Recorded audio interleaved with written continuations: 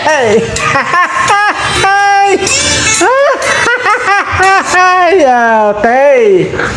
Ayan po. Pinipilit ko lang pong na tumawa talaga. Dahil nakita ko, napanood ko yung hearing dyan sa Senado na itong yung debate ni Alan Cayetano at saka nito si Kiko Pangilinan, aba, nagkaigit-igit itong si Tito Pangilinan, igit-igit.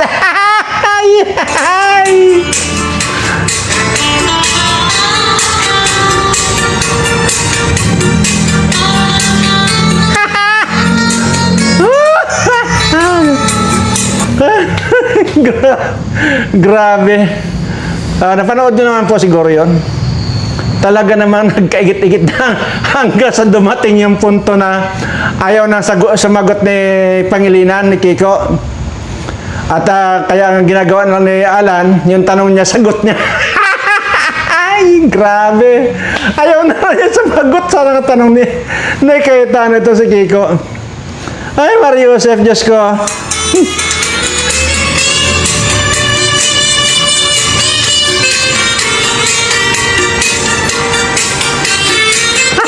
Ay, okay. Magseryoso na po. Magseryoso na po tayo, da? Ay. Ano pa ba naman ang maasahan natin dito kay Kiko? Ay, ito yung parang ito yung living dead. Ay, grabe. Ito yung buhay na patay. Wala naman talagang kalam-alam. Kaya para sa akin to patay na ito eh. Kaya ano bang pwede natin gawing title dito? Kiko Matching patay na. Pinatay ni Alan ni Cayetano. Ay, grabe, no? Pero seryoso na po tayo. Sana huwag guminit ang ulo natin at para masimulan na po natin yung pagtuturo sa inyo ng negosyo, ano? Ayan. Sana hindi uminit ang ulo ko, no? Alam niyo po ba? Ito na lang. Tingnan mo itong mga unggoy ng mga senador na ito. Yan mga yan ang pinagtatalunan nila sa Senado, yung West Philippine Sea. Na yung ginawa ni Tarila, na gumawa ba naman ng yung parang ginawa niyang yung karton o yung karton na mukha ni si yung caricature. Yan ang mga pinagtatalunan niya sa Senado. Pero yung flood control, ng mga putang ina ninyo, mababaon na lang sa limot yan. At isa pa, mukhang i-absolto ng Senado ni Ping Lacson itong si Martin Romualdez na samantalang kitang-kita na po natin yan eh. Yung Romualdez na yan. Pero medyo dasal lang po ng kaunti na wag mag-init ulo ko kasi mayroon akong tuturo tungkol nga sa negosyo, ano? At yan. Sa halip na ito ang tuunan nila ng pansin itong flood control scandal na ito na para may makulong na, wala. Yung West Philippine Sea ang pinaglalaanan ng panahon itong mga niya.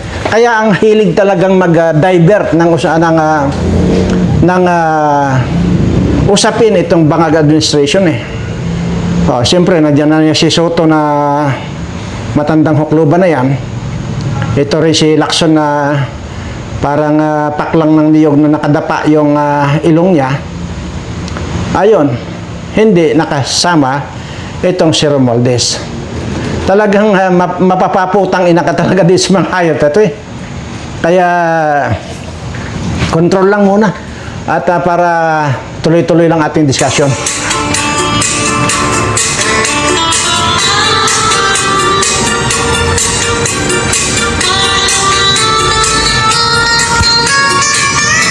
Ayan. Di ba ba? At yun na nga. Kita nyo naman na itong si Kuan ay hindi malayong mangyari na itong si Kiko ay magdala rin siya ng kanyang sariling inodoro sa kanyang tagiliran. Ay kasi diyan lang sa stress na inabot niya kay Alan Cayetano, malabang bukas yan hindi makabangon yan. Nagkuan na rin yan. May bit-bit na rin yan puso negro. Di ba? Nagkaigit-igit yung kuan niya. Yung debate nila ni Alan Cayetano. Imagine mo talagang wala nang maisagot kay Alan. Ngayon, sige mamaya na po natin balikan. Kasi baka pag nagtuloy-tuloy tayo, baka lang mag-init ang ulo ko. Ano? Ayan po, kagaya po nung naipangako ko sa inyo na tuturuan ko kayo ng magnegosyo. Ano? Ayan. Magnegosyo na sigurado tayo. Pero, doon sa sinasabi kong puhunan 5,000, hindi lang po yan. Pwede rin po magpuhunan kayo ng 1,000 lang. At pwede kayong umasinso dyan. Pero, uunahin lang po muna natin i-discuss itong nagre-request po na OFW. Actually po, noong pang kwento noong 3 linggo na po itong nag-message kung maganda raw po ba na negosyo yung drinking water o di kaya yung mga water station, kanon. Yan po, ito po muna, wag muna kayong saka na po natin i-discuss yung iba, no? Ito muna at unahin lang po muna natin itong OFW natin. Kasi baka plano niya, kaya nagtatanong ito, baka plano niya na magtayo ng kanyang sariling water station. Mas maganda na rin po ito muna ang unahin natin para magabayan din po natin. Baka po magkamali siya, no? Ngayon, ang tanong, maganda po ba ang business na water station? Sagot, depende po. Ngayon, sige, i-discuss natin ng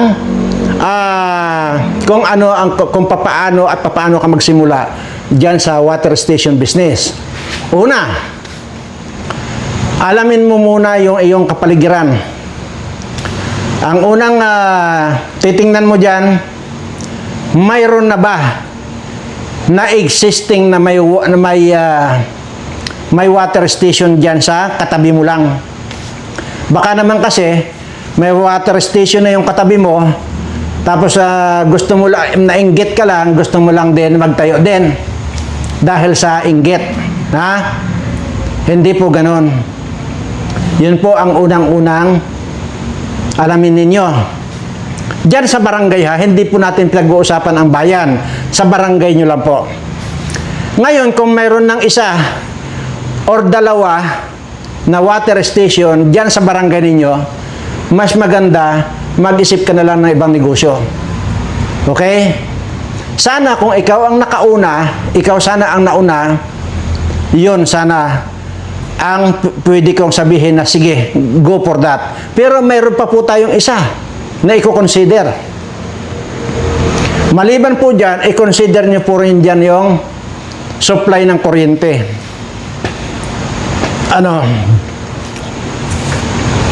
Hindi po ba madalas mag-run out? Hindi po ba nagpa-fluctuate yung supply ng kuryente? Yan po ang unang tanongin, yan po ang unang i-consider nyo. Pangatlong i-consider ninyo, saan po ba manggagaling yung source ng tubig ninyo? Kung kayo po ay iniisip ninyo na ang panggagalingan ng source ng raw water ninyo ay sa Nawasa o ano pa mang water supplier ninyo, kung ano pa man dyan sa probinsya ninyo, kung ano yung kumpanya nagwa-water supply, hindi man Nawasa o ano pa man dyan, basta sinusupply. Ano? Yan po ang yan po pangatlo na alamin ninyo. Kung yun ba ay umaasa ka doon sa Nawasa, kung yun ang nasa isip mo, umaasa ka sa Nawasa, huwag mo na lang ituloy. Okay? Yung business mong iniisip na yan. Tapos, pero kung Diyan sa lugar ninyo, sa barangay ninyo, ay pwede kayong magtayo ng deep well at maganda ang quality ng tubig na makukuha sa deep well, okay yun. Go for that. Ayan. So, alam nyo na yung dapat nyo i-consider, no? Kaya yung sinabi ko kanina, depende. Kasi,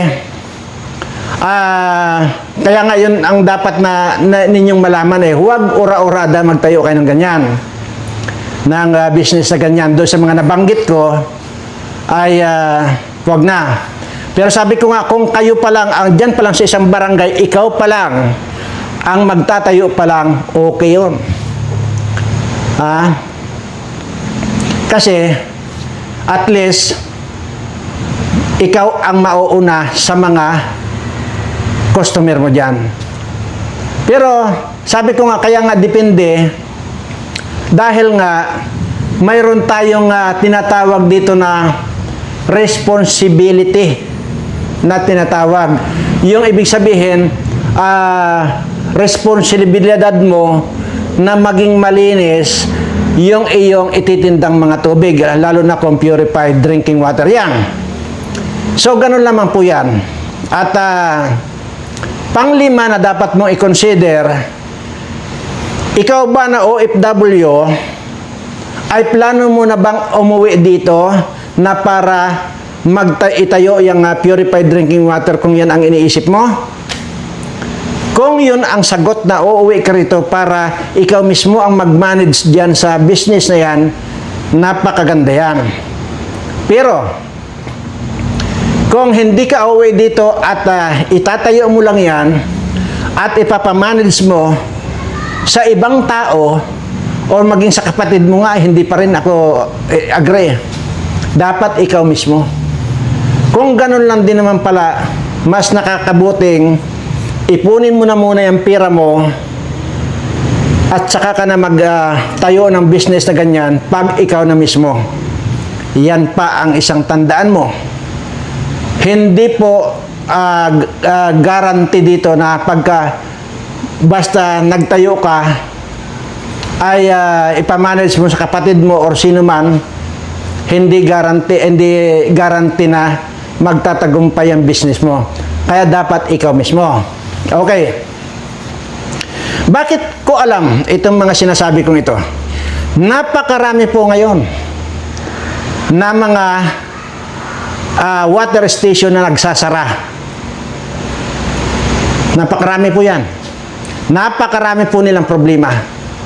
Papaano nga po bumira sila ng bumira na hindi naman nila pinag-aralan muna. Napakarami pong problema.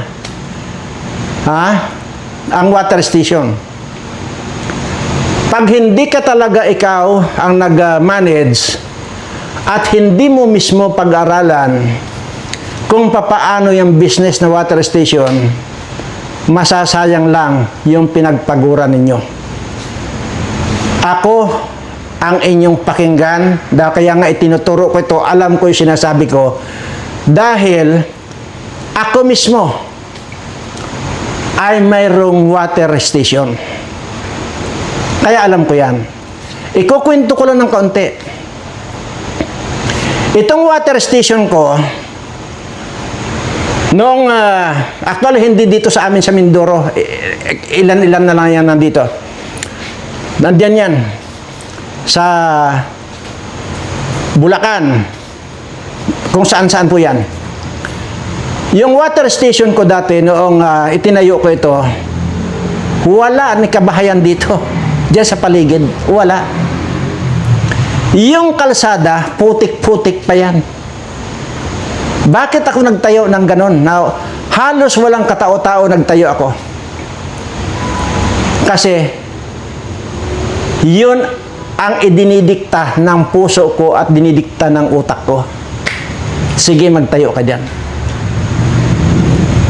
Marami nagsasabi sa akin, loko-loko raw ako. Imaginin mo, wala pang ganong tao di sa barangay na yon. Sabi ko, yung kalsada talagang pagkatag-ulan, putik talaga. Ngayon, dumating ang araw na dumami na yung tao. At dumating na rin yung araw na simentado na rin yung kalsada. So, anong ibig ko sabihin? Hindi ako nagkamali doon sa lugar na pinagtayuan ko. Ito na ang siste. Dahil ang ugali nating mga Pilipino, kapag ka ang kapitbahay nila ay nagtayo ng sari-sari store, gusto nung kapitbahay niya maglalagay din ng sari-sari store. Yan ang problema sa ating mga Pilipino. Inggitiro, inggitira.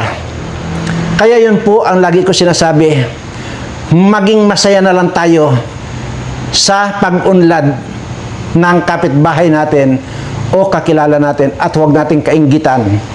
So, yun po ang nangyari. Ang ginawa, mismo, yung kapitbahay ko doon kung saan nakatayo yung water station ko, 3 agad yung naglagay, sunod-sunod yan. Pinaikutan ako. Ito na ang siste. Nung ganon, so ngayon, ako ba naman? Una, sabi ko nga, bago ko tinayo yun, matagal kong pinag-aralan yan. Matagal kong pinag-aralan. Magmula sa machine at maging dyan sa multimedia na tinatawag ng mga RO na yan. Pinag-aralan ko yan step by step bago ko itinayo. Alam ko kung ano ang sistema.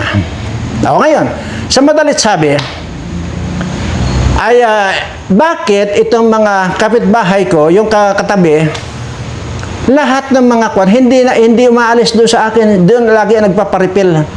Ang ginawa pa nga nila, yung dating 20 pesos ko ang per container, 20 pesos lang per container.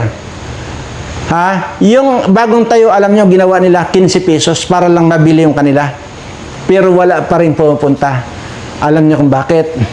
Kasi, yung kanilang sit-up ay parang puso negro ang lasa. Yon ang isa pa sa sinasabi ko, huwag birada ng birada kung hindi mo alam ang sikreto ng pagtatayo ng water station. Ngayon, nanatili lang bang nag-iisa yung water station ko? Hindi po. Katunayan, mayroon na pong 25 branches lahat yan. 25 branches na po. Ang tanong, nitong OFW at kung kumikita raw ba ang water station. Kaya sinasabi ko po rito, laging ang sagot ko dyan, depende.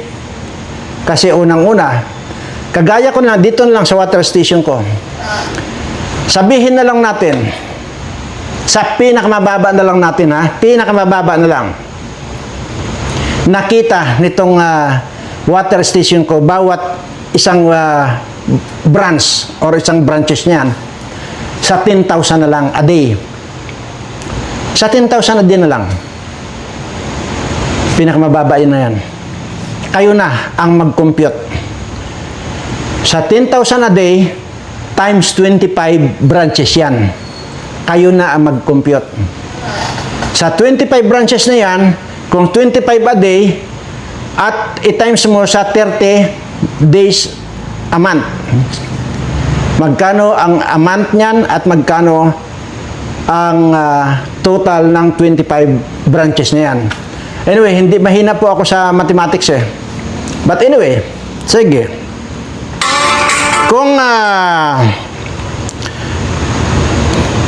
Kung 10,000 na lang, kung 10,000 a day, times 25 branches yan, ibig sabihin, 250,000 sa loob ng isang araw ang kita ng 25 branches ko na yan. Ito yung pinakamababa ng computation. So, 250,000 a day sa 25 branches. Kung 10,000 a day ang kinikita. Ngayon, kung 250,000 a day, kung 250,000 a day times 30 naman natin, ilagay, times 30, yung 25 branches ko, so ibig sabihin, 7,500,000 ang kita sa loob ng isang buwan, yung 25 branches ko. Yun ay kinumpute natin sa pinakababa na 10,000 monthly. So, ang monthly niyan, ang kinikita ng 25 branches ng water station ko is 7,500,000. Yan po ang sagot ko kung kumikita. Ngayon, bakit nga ba inabot ng 25 branches na yan? Kasi nga po sinasabi ko na alam ko at pinag-aralan ko. Kaya ito pong mga itinuturo ko sa inyo, yung dapat at hindi dapat. Anyway, pagka hindi nyo po naintindihan, balikan nyo, i-rewind nyo. Ito sinasabi ko, kung ano yung mga dapat nyo i-considera o i-consider. At ang isa pa ang dapat ninyong i-consider dyan, kapag ka yung mga tao mo naman ay dapat yon ay sigurado ka. Kasi maraming kopitero. Alam nyo na ibig ko sabihin. Ang unang problema nyo dyan sa mga tao, magdi-deliver, tapos sasabihin, hindi pa raw bayad.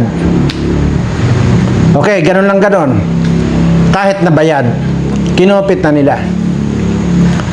So, yung mga ganun. Ngayon, marami ka talagang i-consider dyan eh. Kung ikaw, kung ang plano mo ay water station at maraming nag-o-offer dyan doon sa paggawa ng buong sistema, yung multimedia, motor at kung ano-ano. Yung multimedia po na yan, 3 tangke po yung kulay blue na nakatayo. Baka isipin mo, ganun-ganun lang, marami pong elements ang loob nun. At least 5 elements ang bawat multimedia. Pagka ang natagpuan mong supplier niyan ay isa ring sindikato, ngayon maraming nag-o-offer. Maraming nga nag-o-offer dyan ng 150,000. Mayroon ka ng water station eh. 150,000 yan ah. Isa pa rin po pala yan sa tanong kung magkano raw ba abutin. Ayan po. Huwag na huwag po kayong papasok sa ganyang offer na 150,000. Ang halaga lang ng buong sit-up. Huwag po. Sigurado na po yan na ang ilalagay po dyan yung mga kung ano-ano lang na mga pebbles ang ilalagay doon sa mga multimedia. So dapat po yan talagang mahusay kayong mag-research na ang dapat na ang ilagay doon ay US talaga. Kasi kung basta-basta ang inilagay doon ng mga elements, yun po yung madaling mag-clog yung buong sistema. Pag nag-clog po yan at tatawagin nyo ulit yung nag-install noon, 150,000 ang sinabi sa inyo nung una. Yung pagpapalit po noon ng elements noon, aabutin kayo ng 250,000. Ang pinag-uusapan po natin dito yung talagang yung talagang genuine na lahat yan, kaya ganun ang mga presyo. Genuine talaga. So, yun. Parang nagdoble-doble lang kayo. Sa halip na, kung halimbawa, kung doon ka na sa 250,000, napakatagal po yan bago mag-plug. At least nasa 15 years bago ka magpalit ng elements, no? Kagaya sa akin. Ganun po. Kaya alam ko po sinasabi ko dahil nga mayroon po ako mismo. Yan. So, ito pong hindi lamang po itong OFW, itong ating pinapatungkulan dito. Maging kayo po na nanonood na mayroon din po kayong mga puhunan na ganon na gusto rin plano niyo magtayo ng purified drinking water or water station, yun na po, reviewin nyo lang po yung unang sinasabi ko sa inyo kung ano-ano yung dapat nyo i-consider. Kasi once na nagkamali kayo dito, sayang yung pera ninyo. At isa pa, yun po ang maraming pagkakamali ng iba na tayo lang sila ng tayo na wala silang alam kung ano talaga ang sikreto. Lahat po ng business ay may sikreto. Kagaya nito, bakit sa kabila ng pinaikutan nila yung unang water station ko, bakit hindi pa rin sila umaalis sa akin samantalang mas mahal pa itong akin kaysa doon sa mga iba. Mas mababa ngayon kanila. Pero mas pinili nila na dito pa rin sa akin, kumuha kahit mahal. Yun na po yung sinasabi ko na yung sikreto kung paanong mag-business. At ito naman po ay siyempre pagka-subscriber ko at siyempre malalaman ko naman magko-comment yan. Pagka yun talaga ang ikukuha ninyo, ipoprosige ninyo, sa bagay kan ko kasi may less maintenance po kasi pagka itong water station ang kuha ninyo, ang inyong itatayo yung business. Pagka halimbawa ganon, mag-inform po muna kayo sa akin kung talagang magtatayo kayo ng ganyan. At ituturo ko po sa inyo kung ano yung mga sikreto talaga. Ayaw kong i-discuss dito dahil malalaman itong mga gustong pabagsakin itong negosyo ko. At yan po. Yun po ang mahalaga doon. At isa pa, basta ginuko or basta pinayagang kita na itayo mo yan, siyempre ipadala mo sa akin ang picture noong place na pagtatayuan mo. Pag sinabi kong go, igo mo yan. Ibig sabihin, nandoon na yung swerte ng iyong negosyo. Sino na mag-aakala nung kayo nga mag-isip. Yung sinasabi ko na baliw raw ako dahil nga water station yung pinatayo ko, walang kabahayan. Tapos wala pang kalsada. Pero doon ako nagtayo. Ngayon, yung unang water station ko, imagine mo, nakapagpatayo ng 25 pa na branches. Ayan po yan. So, yan po ay yung sinasabi ko ang wag niyong kalimutan dito. Huwag kayong nagpapaniwala doon sa offer na 150,000, mayroon na kayong water station. Huwag kayong magpapaniwala doon. Huwag kayong kakagat doon. At least, maghanap-hanap kayo pa ng marami po dyan. Mag-research lang kayo. At least yung 250,000 man lang.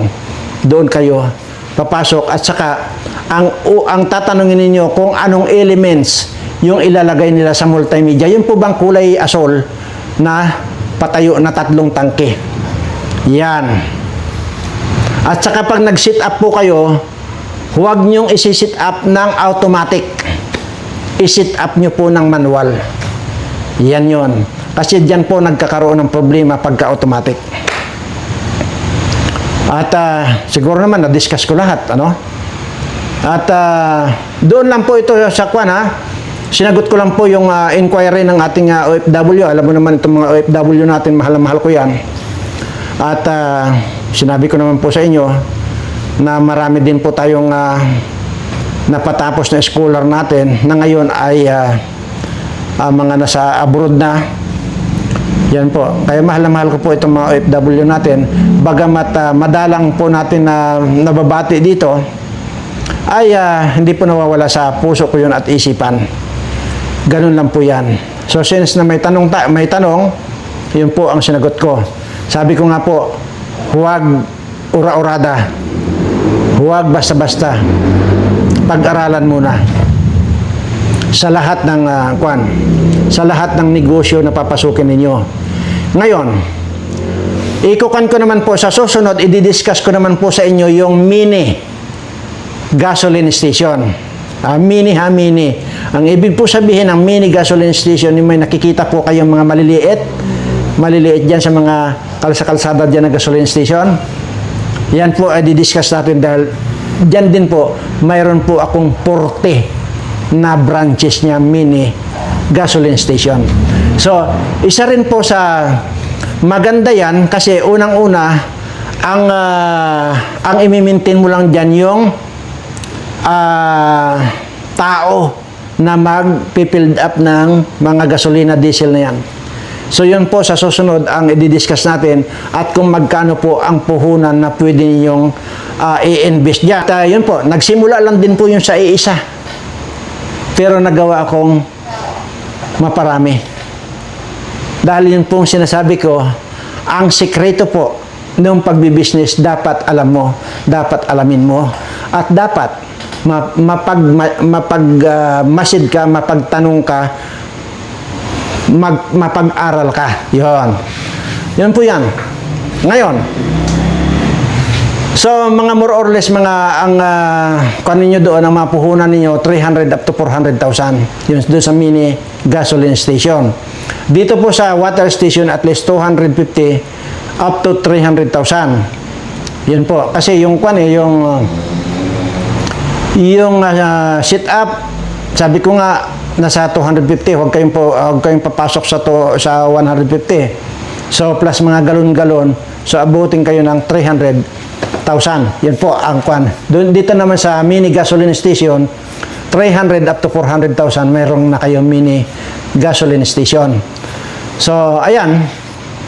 So yan po. Tapos sa susunod din po kung nasa magandang mood ako, i-discuss ko rin po sa inyo yung mamumuhunan lang kayo ng 5,000 at mamumuhunan lang kayo ng 1,000. Okay?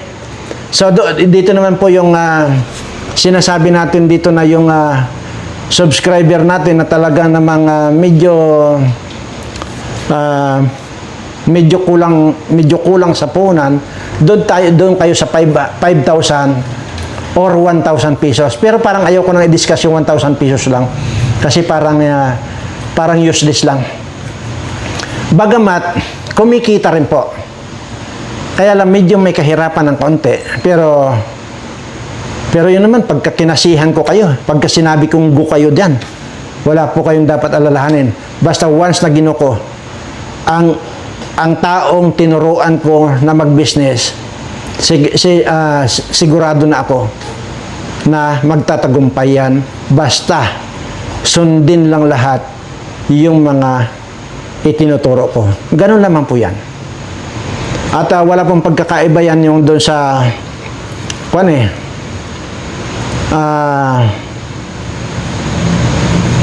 anyway, sige. Saka na natin i-discuss yung 5,000 ang puhunan. Ano? At medyo tagal-tagal na medyo mahaba na itong discussion natin. So doon po sa ating OFW na nagtanong niyan, ay sana po ay makatulong ito sa inyo. Basta po ang tandaan, sinabi ko na po yan, kung hindi ka rin lang uuwi dito na para itayo yung business na yan at ipapahawakan mo lang or ipapamadis mo lang sa kapatid mo, tatay mo o ano pa, mas magandang ipunin mo na lang muna yung pira mo dyan at saka ka lang mag-business ng pag ikaw na mismo ang nandito. Sana maliwanag yon. At sigurado kasi ako na hindi ko mo kamag-anak mo ay magmamalasakit sa iyo yan. No. Sa totoo lang, mas maganda pa ibang tao. Sa totoo lang. At hindi mo pa alam na mismong kapatid mo kaya iinggitan ka pagka umasenso na yung business mo. Ganun lang yon. At tapos itong kung inyong nasubaybayan yung mga vlog ko dati, una, doon sa itinayo kong building dati para doon sa solar naman, yung sa pagmamanufacture ng solar panel, actually isang building lang yung plano ko na itayo. Dahil nga ang kanyan, ipapadala rito sa akin ang Korea yung mga raw materials ng gagamitin sa solar panel na dito nga imamanufacture. At ngayon, nagsisinimulan ko sa isang building. So ngayon, medyo okay naman. So hindi ko naman malayan, 10 building na po ngayon. Ginusto ko po ba yun? Hindi ko po gusto yun. Alam niyo po ba kung bakit? Dahil unang-una, wala naman akong kakayanan talaga. Di ba sinasabi ko po sa inyo, wala po ako ni sintabos na pag-aari o anumang ari-arian. Wala po ako. Lahat po ng yan, pinahiram lang po sa akin ng ating Panginoon. Ano man po yung nandito sa akin, na nandito, lahat po pinahiram sa akin. Lahat yan, mga itinayo ko ng business na ganyan, pinahiram lang po sa akin ng ating Panginoon yan. Kaya gano'n naman po ako kaingat. At na hindi ko, sa totoo lang po kung sa sarili ko po, nahihiya akong gumastos Kung mayroon man akong gustong bilhin para sa akin, pinagpapaalam ko pa po yan sa ating Panginoon. At mayroon naman po akong sinyales o signal kung ako'y pinapayagan o hindi. Halimbawa, nagpaalam ako. So, kaya nabibili ko lang po. Bagamat ang gamit kong pinambili, yun lang po ang pinagkatiwala sa akin ng ating Panginoon. Yun po ako.